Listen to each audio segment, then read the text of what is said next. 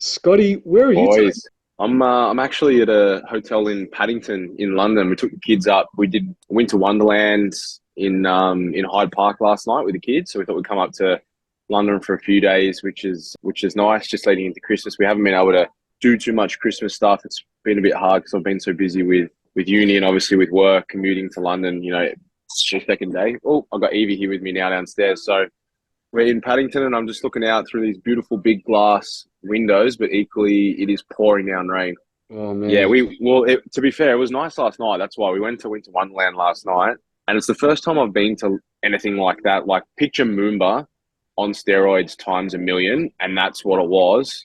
And as someone who's a massive introvert, being around so many different people and people like knocking into you and touching you, and Evie, of course, didn't want to walk, so I was carrying her around plus the backpack. I was ready to leave by the end of it. It was I just can full imagine. on. The kids Yeah, will love they loved it, but they just wanted to go on every single ride. And trying to explain to a 4-year-old and a 2-year-old that you have to wait in line and you can't just like run and do what you want. Anything that had a car or anything, and I swear those places they know they stick things that parents have to just spend money on right when you're about to either go to the toilet or exit or enter. It's crazy. But watching, they had their first gluten-free Nutella crepe, and watching them eat it was just like that was probably worth it on its own. Yeah, yeah. it. That's the No, best. it's good. Yeah. How are you boys going? You good? Good, man. Good. Christmas week. I always feel in good spirits. I feel like I'm always in good spirits anyway. But I don't know, man. I feel extra chirpy this week. Lots of good things to look forward to. Definitely excited for a little bit of a week off and getting closer and closer to finally being a dad, which is definitely the thing that excites me more than anything. Meave and I actually spent some time on the weekend kind of putting some artwork on baby G's wall in her room, which was so fun, man. I didn't think it would be so much fun, but it was absolutely awesome. So room's ready, car seats are in the car, which I showed you boys earlier. Just a waiting game now. I saw Meave last week on Friday, and yeah, she's definitely growing in the front. She's not growing anywhere else, just the front. I definitely noticed the change there, which is awesome, man. It's all real. It's all happening. Super excited Yeah. for you guys. 31 weeks. This is week 31, so definitely getting close now. What are you boys doing for Christmas? Seeing as is like the Christmas episode, what's everyone doing? Yeah, so we do Christmas Eve at my in-laws, which is awesome, just around the corner from your place, Scotty, in Monty. Yeah. I was walking earlier in the week in my lunch break, took the dogs for a walk, and I walked past Scotty's street and thought I'd send him a photo of his street sign, to which he replied that he was getting a little homesick, so I apologise for that. But yeah, Christmas Eve at the in-laws, and then Christmas Day we go to my parents who are in Doreen. And then that night, I reckon we're going to make a dash to the beach house up at Inverloch to try and wake up there on Boxing Day, which will be awesome. That'd be so good. What about you, MT? So I already had my kind of family Christmas last weekend because my brother's going to America, taking his family there for a holiday. So yeah, they're leaving very, very soon. So we had our little family Christmas, and we made some homemade pizzas, which was absolutely awesome. Yeah, But for Christmas Eve, I'll go and see my parents again, and also some extended family will be there. And then Christmas Day, I'll probably go see some more extended family, some like aunties, uncles, cousins, and things like that. And that's pretty much about it. And then I'm just really looking forward to just having 2 weeks of stepping back a little bit from coaching. I'll still be doing a fair bit because I've got some people in season A that need some assistance during that time. I'm looking forward to just getting back and catching up on life, to be honest. I'll probably take some little day trips here and there, but I really just want to catch up on life because this year's been pretty crazy. And I feel like we've been on so many airplanes and traveling everywhere most weekends and just doing so much. So I'm looking forward to just relaxing a little bit and just giving back to the system and just recharging and refreshing and spending some time with family. So it should be good. Especially leading into 2024. Yeah, definitely going to be a big year. Actually, one of the questions we got is, what are you guys the most excited for in 2024? We already know MG's answer to that question. Obviously, the baby coming. But MG, is there anything else that you're kind of excited about for 2024 that you're looking forward to? I just think it's hard to go past, what's about to change in our lives. It's really, all I've spent so much time thinking about it lately, and that's why this Christmas, we're even saying this is the last Christmas for us where we're not going to have a child to look after. So yeah, it's really just been the biggest focus for both me and I, and it's all I can think about of late, to be honest, man. So how about you, Scotty? To be honest, there's a lot going on in 2024. There's some big stuff happening, which I'm very, very excited about. But I'm looking forward to wrapping up my masters and getting back to normality. To be honest, like even when MG sort of sent me the just that clip in Monty, like full transparency, I have probably been a little bit homesick this week. I think just all of the commuting back and forwards to London and probably not being around the kids and Jen as much, which is why we're taking this little trip up here, has been a bit harder. But I think I've just hit that point now where I'm just ready to just get back to I'm a creature of habit, my normal routine. So I'm looking forward to coming back and getting to the thick of it and being around, friends and family. Because other than Jenny and the kids here, I don't really have anyone. I mean, you guys, I speak to you and sort of speak to a few other people back home, but it's hard because of the time difference. So I'm just looking forward to just getting back to normal life. I think it's one of those things, until you've lived abroad, you don't realize how good life is in Australia and what we have across everything. Mm-hmm. So, and even just like the weather, things like that, it'd be nice to wake up and have some sun and not just like grey, dark skies. So I'm just looking forward to coming home. Thank you, man. I think for me, I'm excited about MG's new little addition happening, of course. I'm excited to get Scotty to come back home so I can hang out with him. But I'm excited just for the coaching aspect of next year. Obviously, I learned a lot. Actually, I learned so much every single year. I think every year I've become a better coach, to be honest. So I'm looking forward to implementing some new things next year with my coaching. And there's some exciting news happening within my team, which I'm looking forward to next year, which will no doubt release. And then there's also a couple of other exciting opportunities that are coming up. And I know we've got the retreat too next year, which I'm excited about. Actually, we had our gym catch up over the weekend, and that was absolutely amazing. And it was really good because we had some people that are doing the retreat that have never met each other before that were at the gym catch up. So it was good to have them meet each other. So I'm excited about that too. But Scotty, we missed you over the weekend, but it was a good crew that came down. We got to use all the fancy equipment that's there at Powerhouse and have a really, really good time. Had a really good session, but I think there was a lot more talking than there was training. But that's what it's all about, It's about just getting people together and just being grateful for the friendships that we've had and seeing other people make new connections there too, the people that have never met each other but have followed each other. And it was just really, really good for everyone to have a really good time and have a laugh. I had a handful of people mention on the day that, the podcast got them through prep, which is still mind-blowing to think that, for us, we just love it and we're just three mates on screen talking about the thing that we love. But if it gets people by, that's just the most amazing thing that we could have ever wished for. And, part of the reason that we started it was to try and bring the industry up and educate people and also show people that, it can be done really, really well, but you can still have fun with it. So to get some of that feedback on the weekend just meant everything. Yeah, definitely. Scotty, I think when you're back, we're going to have to do like a mid-year gym catch-up so can see you and get a dose of Scotty for sure. We actually had some funny questions coming about you, Scotty. I think after I posted that reel during the week about me laughing when you said deleterious, we got some funny things come in. So the first one was a new drinking game. Take a sip every time Scotty says equally. Love and it. Okay. We also got another question about, can we get a glossary of the big words that Scotty uses and the meaning of them all? Well, let's think about what are some of the essentials. So deleterious, obviously, I think is top of the list, right?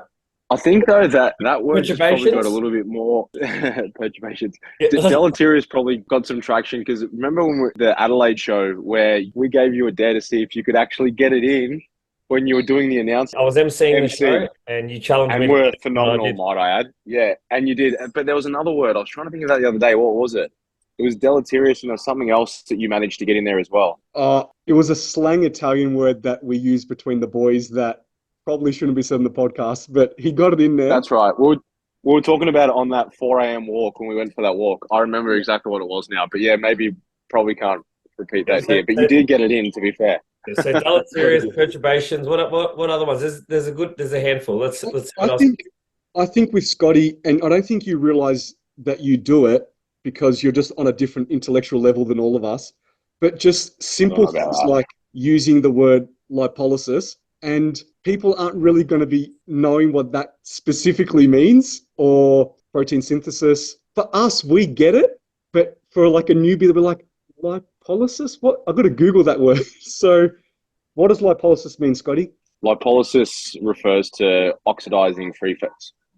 Lipolysis refers to breaking down fat, burning fat.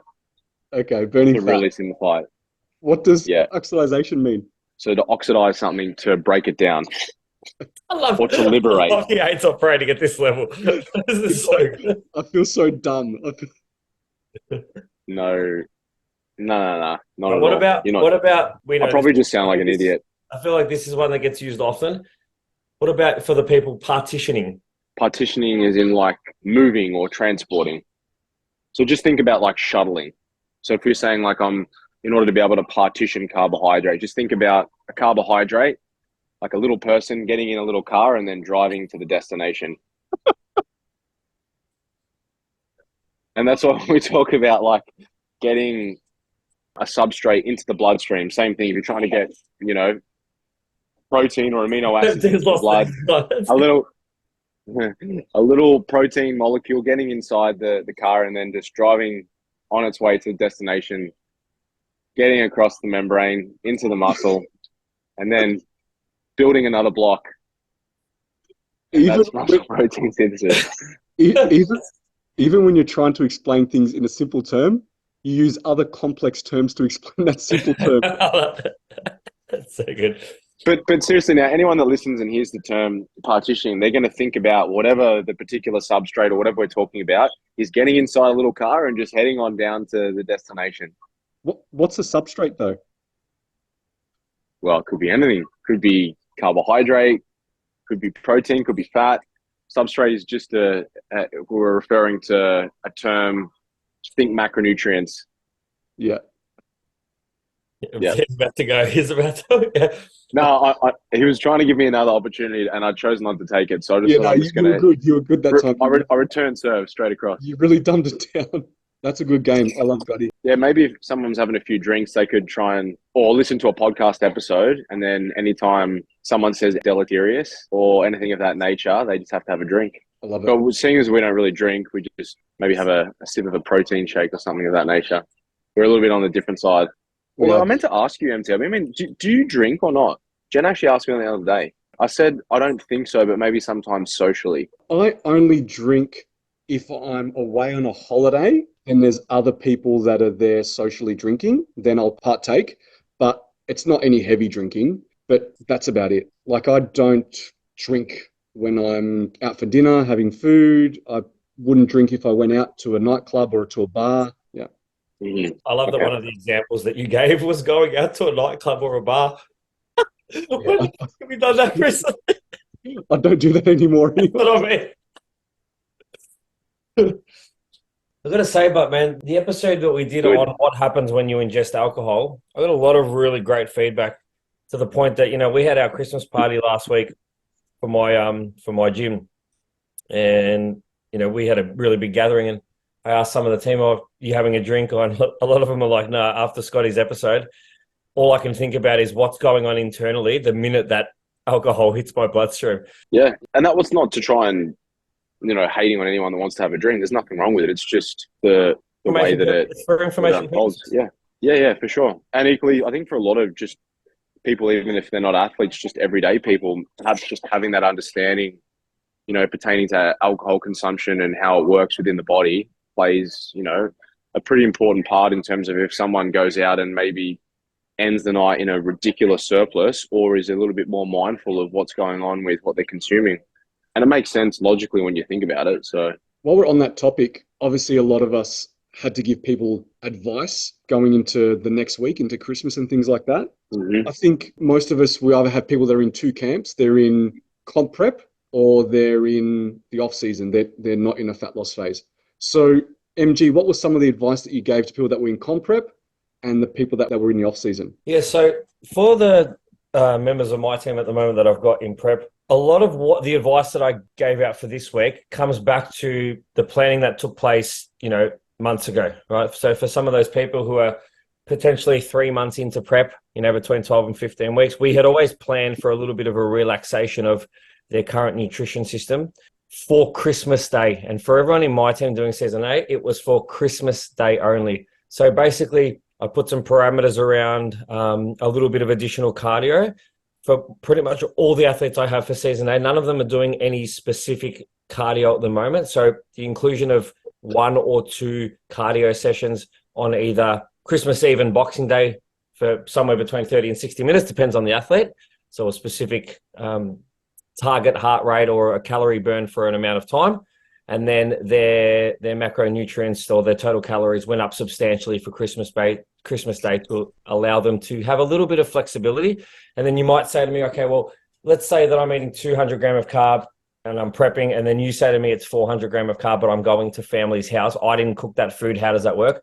I just ask these athletes to exercise common sense and use their absolute best guesstimation based on what they've got in MyFitnessPal, because it's only one day. And ultimately, if I'm throwing in, an extra 200 grams of carbs to allow them some freedom and flexibility to have a little bit more, you're still eating foods that are typically easy to track, right? You've got meats on the barbecue for a lot of people. You've got roast chickens. You've got roast hams. You've got potatoes. You've got salads. A lot of things that you can, roughly guesstimate and still do a good job. So that allows them, to feel a little like, they're part of what's happening around them and not have to feel like they're missing out too much. But again, it's just for one day. And I think all of us are smart enough to understand that you're not going to do a ton of damage in one day if you're bumping someone up by 200 grams of carbohydrates. But if that 200 gram of carbohydrate allows them the ability to feel a little normal, I think that there's a good benefit. And bear in mind, all of my athletes that I've prescribed this to are currently on or ahead of where they're supposed to be for their plan. For those that are in off season, the message is a little bit different. Depending on how long I've worked with the athlete, for most, I will allow that athlete the ability to have just an untracked day with some really good generalized nutrition advice around 4 to 5 servings of protein across the day, using, visual signals to measure how much you're intaking. So for females, 1 palm-sized serve of protein per meal 4 to 5 times, and for males, 2 palm-sized servings of protein 4 to 5 times. That way I know they're hitting their protein goal. Limit alcohol, have none altogether, or limit alcohol, particularly around feeding times, and then get back on plan the next day. And I think the most important thing for both those options, whether you're in prep or not, it's straight back on plan the day after. Enjoy one day and then move on from it. And I think that's a smart strategy as long as it's planned for. And as I said, the key there is that everyone is where they need to be in prep. If someone was miles behind the rate of loss goal, potentially that wouldn't be an option. But I'm fortunate enough not to have anyone in that situation this year. So. How about you, Scotty? Some advice you've been giving people that are in prep or people that are in the off season? Yeah, pretty similar. I think in prep, we all typically, anyone that does season A, you're building that into your timeline. And I think the biggest thing is just the athlete understanding, and it's communicated to them that it's not a day to just eat like an asshole and to be able to excuse it, to overfeed or to overindulge, because the only one that, you're hurting is yourself. In terms of your progress, obviously, it's not going to be good for that. I was going to say it's going to be deleterious to it, but I refuse to say that word this episode. So it could have a negative impact on one's ability to end the week in a deficit. But I think as long as you put in place some of those things, whether it's some cardio or whether a common thing that I've been telling everyone, because it's so hot in Oz at the moment, for your meal one, instead of having your usual, if you'd have porridge or you'd have oats, whatever it may be, perhaps you just, even if you're in the improvement season and energy restrictions not an issue, but perhaps having something like some Greek yogurt, protein, a whole heap of fruit so you're getting some fiber. Because I think, I don't know about you guys, but one of the common trends I see with a lot of people that perhaps enjoy and maybe even don't even overindulge on Christmas Day, but is issues with gastric motility following either that night or the next few days because they're consuming a large bolus of protein via heaps of turkey, heaps of ham, they get the meat sweats. And then, perhaps a lot of other foods that are not only energetically dense, but they're also very high in fat, which does obviously slow down that rate of digestion. And so getting some good quality fiber and a high protein feeding in earlier in the day, it can obviously kickstart your Christmas Day in terms of you starting things off on the right note, as opposed to, like, I think my family, I'll have like Pringles and cashews and champagne and pate, and then they complain like it after lunch while they got a sore stomach. It doesn't make any sense. But I think if you're doing that, you're sort of setting the day up right, and equally then it's also building you a bit of a buffer. So even from a digestive perspective, things are a lot better as the day unfolds, because typically most people, I know I'm generalizing, but they would have like a big lunch, lots of meat, lots of whatever, then they have some dessert, everyone has a sleep, and they normally just graze and eat a bit more as the day unfolds. And so if you're typically not used to eating such a huge amount of food like that, it can have a negative consequence on your ability to digest it and also how you feel later on. So forget trying to gain body composition or lose it. If you're just wanting to, feel like you can digest and enjoy your day, that's something that's really basic that probably a lot of people don't pay enough attention to, is just getting in high protein, some fiber first thing. And then at least that way it allows a bit of a buffer for later in the day. But if you're in prep, as long as you and your coach have a plan, and again, you've honored that contract that you're not going to eat like an arsehole and you're going to be sensible in your approach, then whether you're 400 calories over, or even if it was 1,000, factoring in that, 1 kilogram of mixed human tissue is around 7,000 calories. So unless you're going over your maintenance and that, you're not going to put on a whole heap of body weight. Yes, your weight will probably spike the next day, and that's where a lot of people have that psychological issue with it. But for the most part, it's just the delay in gastric motility, which we just discussed, increase in sodium, which is fluid retention, and it's usually pretty warm over Christmas time, and so you might be a little bit dehydrated if you didn't drink enough water. The only thing not that I don't allow, but I have an agreement with my athletes that they don't drink on Christmas, that are in prep, they don't consume any alcohol, because that actually does have a negative effect, and that may potentially cause issues. So we just don't do that, but they enjoy a meal. They're eating ad libitum, whether it's a lunch or a dinner, provided they're sensible. So they actually don't track that meal, but they'll track their breakfast. And if it's a dinner, they'll have a salad with some meat. And then the next day, it's not like, oh, maybe I'll just finish this or I'll finish that.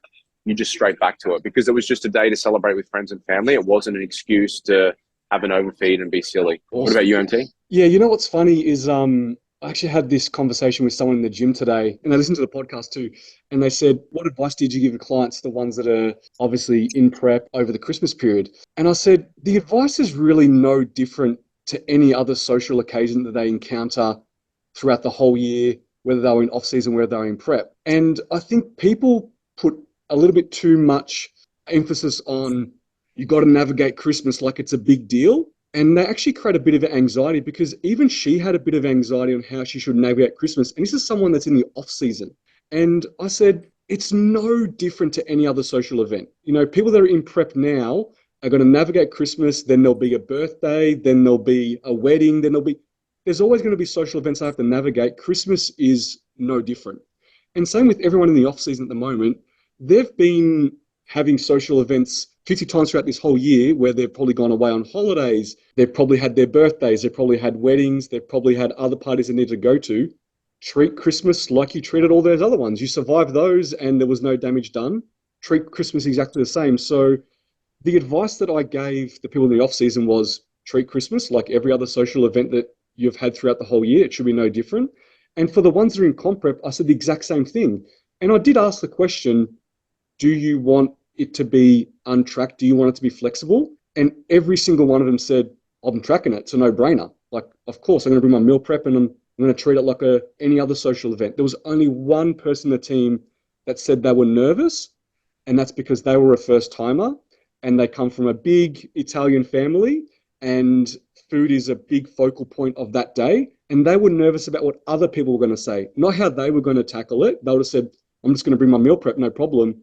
But how do I tackle other people saying certain things? And I gave her some advice. So, I think people have a lot of anxiety about how to navigate Christmas. And I think it's also fueled from social media and coaches and fitness influencers doing all these posts about it. And they're making it a big deal. But it's not of a big deal as what you think. As I said, it's just another social event, just another social occasion that you need to navigate, whether in the off season or in prep.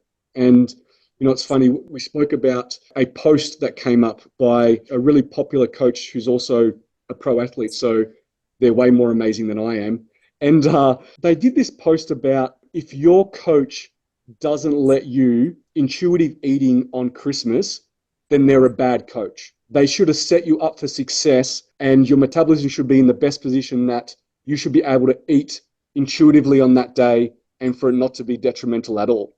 And I was just like, that's a really bad blanket statement. And also it's one track minded, because if you allow that person to intuitively eat on Christmas, and let's just say they get away with it, the next day they don't gain any weight. They probably will, but let's just say best case scenario, they don't. All of a sudden you've put this in their mind, this false insecurity that, okay, I can intuitively eat and get away with it. I'm sure my next social event that I have, my coach will allow me to do it then. And the next one, so for the whole prep, they're expecting you to allow them to intuitively eat because they can successfully do it. And then you have to explain the reasons why. Oh, it was only for Christmas, not every other day. You can't do it. And then what if they're not honest? What if they get a bit slack in their tracking and they're like, oh, I'll just eyeball my veggies from now on because I got away with it on Christmas. And now you're setting up for failure for the rest of their prep. just because you wanted to be the good guy on Christmas and because you're a good coach and everyone else is a bad coach because they don't allow their clients to, intuitively eat on Christmas. So, what's funny is none of my clients wanted to intuitively eat. So maybe it's a reflection on the type of people they have in their team. And actually, if they actually looked outside the box, maybe everyone doesn't want to do that. So I think it really put a bad message out there from this person to say, well, as a blanket statement, if your coach doesn't allow you to do this, they're a bad coach. I thought it was really, really bad. I didn't want to say anything to anyone, but when this person brought it up to me at the gym, I was like, these are my thoughts. And they said, you need to talk about this because I think it's creating a false sense of security for a lot of people. And also it's bringing a lot of anxiety and it can cause a lot of eating disorder issues for people that are in prep to think that they can do this or that they need to do this and they're capable of doing this. So I think that was a really, really interesting conversation that I had with someone. And I'd like your boys' take on what that person said and what your opinion is of that too. So maybe MG, you can kick it off. Man, I think it's important to remember that, for everyone that's in prep or is prepping for season A, this would have been something that would have been thought about and discussed at the time. So if you're going to start a prep for season A, I think the expectation should be that no matter what event, Christmas being one of them, you should be prepared to take your meals. Just because as a coach, we may allow some athletes to have higher calories with some, like Scott and I spoke about, with some cardio, or I think you should always be prepared that no matter what happens between your start of prep and your show, that you're taking your meals everywhere. So I think that statement by that coach to say that if your coach doesn't allow you to intuitively eat is a bad coach is a stupid statement.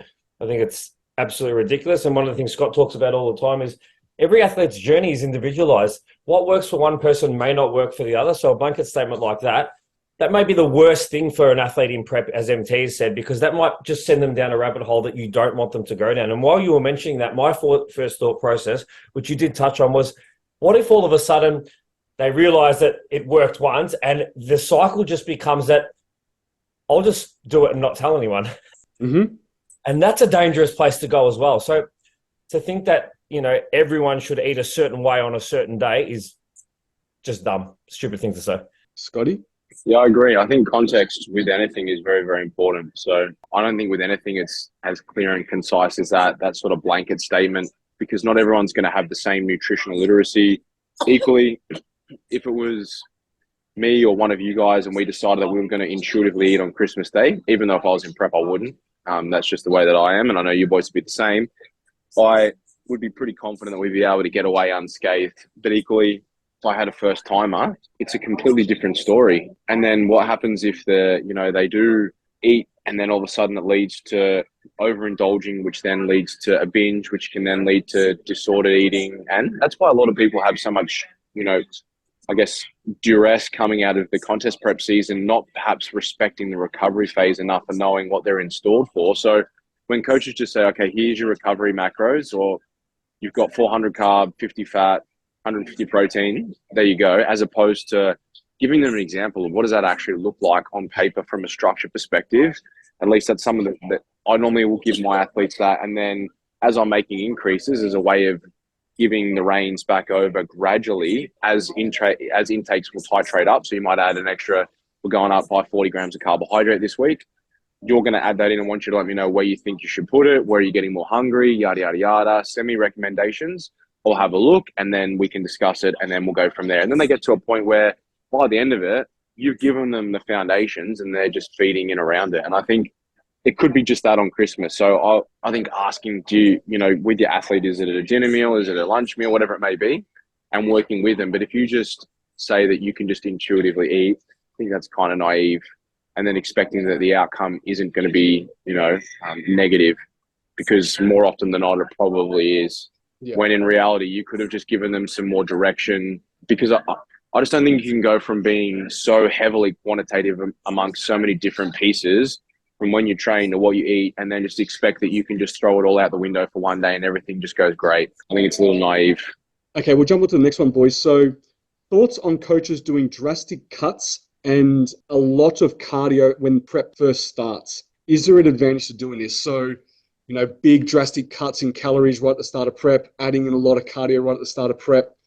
Is that something that we would normally want to do when we first start prep? I think, again, context is important, knowing how much do you need to lose, how much has this person got to lose. I think when you're sitting down working with your athlete, knowing, again, it's an estimation, but the advantage of working with an athlete and running fat loss phases before, hopefully you've towed the water and you've got them within 10% of stage weight before, so you've got an idea of where that is in terms of where they're going to land. I think it's important to have a plan in terms of how you intend to modulate a certain rate of loss throughout the prep. So typically at the start, when there's more fat mass that you can liberate, you would go a bit harder at the start. But equally, it's a lot easier and a lot less, invasive to do that at the start. I think cardio gets a bad rap for a lot of people, but equally, again, context is specific and using it as a tool when and if you need to. I think usually putting them in a deficit via just food is probably going to be able to do the job from the get-go without the need of including that, because otherwise you're just accumulating unnecessary fatigue and making life maybe a little bit harder than you need to, when perhaps you could use that towards the back end when you're trying to protect training performance. So maybe food doesn't go perhaps quite as low, and so instead you lean into your cardio, which has some other benefits as well. So I think it's important to have your plan, and these days you shouldn't be driving a prep blind. Like, you should have some longitudinal periodization mapped out in terms of how much you plan to lose during this phase, during that phase.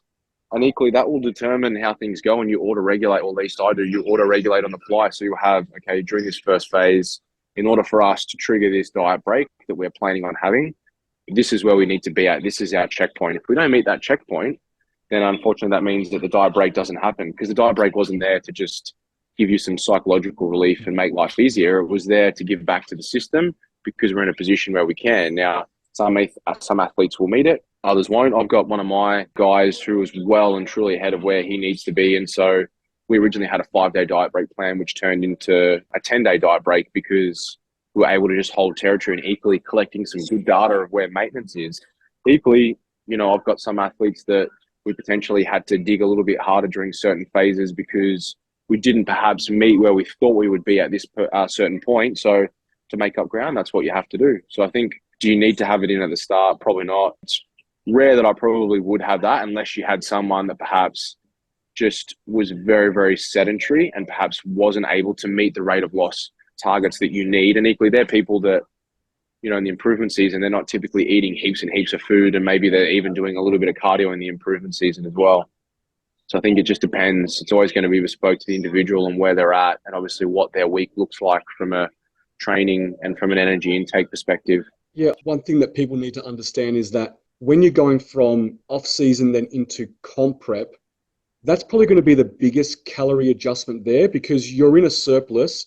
You've got to take from the surplus, go to maintenance, and then go below maintenance into a deficit. So that jump from surplus to deficit is probably going to be the biggest calorie jump that you're going to make an adjustment right at the start of prep. But I don't think the same is to be said about cardio at that point in time. Like, if you're on 10,000 steps in your off season, you're not going to go to 15 to 20, right? You're probably going to only go to, might keep it the same actually. You might not even change it. It might just be, maybe your steps have some intention. Maybe within those steps, 5,000 need to be done constantly, and it needs to be with some kind of intensity. It could be something like that. But normally the biggest adjustment in calories, I find, is going to be at the start of prep, just because you got to go past the surplus and into a deficit. I think also, man, like, if you think about those numbers as a real approximation, and we'll just use a general athlete. If you're on 3,500 calories and your objective in the first block is to pull off 1 kilo of fat tissue per week, and you think about the numbers that Scotty mentioned earlier, right? If you want to liberate a kilo of fat tissue, you've probably got to create a deficit of something like 7,000 calories. So if you're going to be in a 500 cal surplus and you want to chew off a kilo of fat tissue per week, you need to be in a deficit of 1,000 per day. So there's a 1,500 calorie drop instantaneously to get that first sort of goal, right? You're talking about someone who's on, reasonably high calories in the off season. So, energy is still high, hunger signaling is still low. So recoverability is still there. So you don't necessarily need to go hard throwing a lot of cardio in at the start. You're starting to detract from some of the benefits you're getting from where those biomarkers are currently sitting. So yeah, I definitely like the strategy and use the strategy of going reasonably hard at the start. And it was one of the things, that I got off Scotty in the very early days about, fat tissue was there to liberate. You can push it a little bit harder and then slow things down. And I think you guys will all agree that, we like a faster rate of loss in the beginning. There's more fat, and then we like to peg things back and slow things down. But I certainly haven't used a really high cardio scheme in the early days, really ever. So we've got a question about the opposite. What should be the rate of gain in the off season? So Scotty, what would normally be your kind of percentage rate of gain in the off season for most individuals? I know it's context dependent, but like if you give a ballpark figure. Well, even just to go back, I'll go to that in a sec, but even if we're going to give some numbers, because I don't think we gave them for if you were in a deficit. So typically at the start of prep, you'd be looking at, at least I would, again, depends on the individual, but at least 1% to maybe even 2% of body weight within the first maybe 2 or 3 weeks, bearing in mind you're going to see food volume, muscle glycogen levels change and fluid. But then from there, anywhere from 1 to 1.5, usually, 1.2, 1.3, somewhere in those markers. But in the surplus side of it, in the improvement season, again, I like to give a bandwidth of a rate of gain over a period of time. So typically, and again, you need to look at the athlete. Are they someone who, is potentially an ectomorph and, they're a lot leaner, and so they find it a lot harder to pack on new tissue. And so you need to modulate your rate of gain to be a little bit more assertive than if you have someone that is naturally finds it very, very easy to gain body composition. You probably need to protect that and nurture that a little bit more. So if you're working off, certain parameters, I think for guys, drifting further than 25% from stage weight, you're probably just getting unnecessarily soft. And for girls, anything more than 30%, you're probably just getting unnecessarily soft. If you're a seasoned competitor, or equally, if you're someone on the other side, perhaps that if you're just someone that performs so much better being just a bit heavier, then perhaps that's just a trade-off that you're aware. If performance in the gym and all these other markers are great, then that's fine. We just have to build that in. Maybe this person has to do a 34-week prep instead of a 28-week prep. There's nothing wrong with that. But I think if you work off numbers of around about, 0.2% of body weight as an average rate of gain per week, I think that's probably going to be somewhere where you want to be. If you're working off, for most guys, around about kilo every sort of 4 to 5 weeks, you're probably in a safe bet, because otherwise you're just getting unnecessarily fat for no reason. And unless you can justify it by like you're doing things in the gym that are just next level, and I can put my hand up and say that I pushed up close to, I think it was about 105 was where I capped out at. And my stage weight was like, between 83, 84 and a half ish. Talking about 20 kilos, that's a lot, but equally that 104, 105 time spent allowed me to do things in the gym that I can't do at 85 or even at 90 kilos. So for me, it's a trade-off, and I'll be back in that zone to be able to do those things. So it's worthy, but equally, if you've got someone like that where I know that I can pull off 5 or 6 kilos in 2 weeks if I really have to, versus if you have someone that takes 6 or 7 weeks to pull that off, then maybe is that trade-off really worth it? So again, I hate to generalize and say context specific, but it kind of is. But I think if you work off those generic numbers of around about 0.2% of body weight per week, but you're also constantly assessing the physique, you should be looking at checking pictures. It's a moving target. Like, where are we sitting from a scale weight perspective? From how far off are we from stage weight, and where is our composition lining up against that? They're all important pieces, because you might have someone who's like, oh my God, I'm 20 kilos up on stage weight, and they might think that everything's amazing, but equally you look at them and you're like, well, I don't really know if there's that much more tissue there. And you never really truly know until you're sub 10% whether new foundations have been laid down, because, adipose tissue masks quite a lot, especially for a lot of females that potentially store a lot of body fat in the glutes. They can potentially be guided with false progression that, oh my God, I made all these gains, but in reality, we just gained a whole heap of fat mass there that perhaps is masking. Maybe they have made some gains, maybe they haven't, but I think you probably don't need to be in as aggressive as a surplus as what you think. I think a lot of people probably tend to abuse that, or it's an excuse. It's almost like a badge of honor. I'm eating X amount of food. And I think if you're truly consistent and you never ever miss a meal, and you're relentless every day in how you go about doing things, and you're constantly having to push more food in, then you need to. But equally, I think you should always be assessing it as a moving target, so to speak. And again, put in place your 6-week parameters. I'll usually work off that.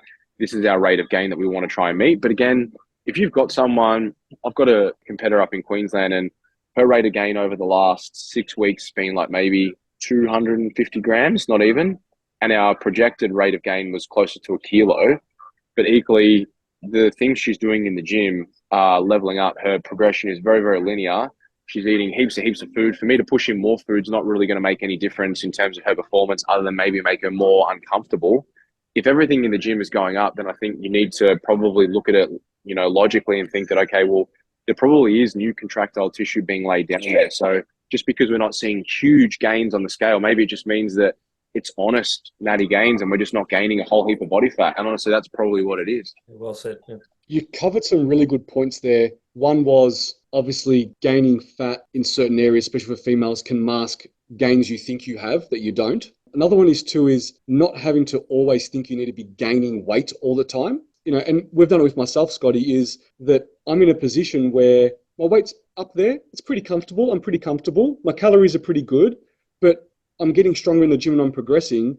So why do we need to continue to keep making sure my body weight is going up and up and up when I would think I'm making gains when I'm getting stronger and I've got enough food and I've got enough fat mass on my body? I don't really need to be looking at just continuously seeing the scale going up and up and up, which is the other point you said before was, I don't think you need so much of a surplus as what you think you need to gain all this muscle.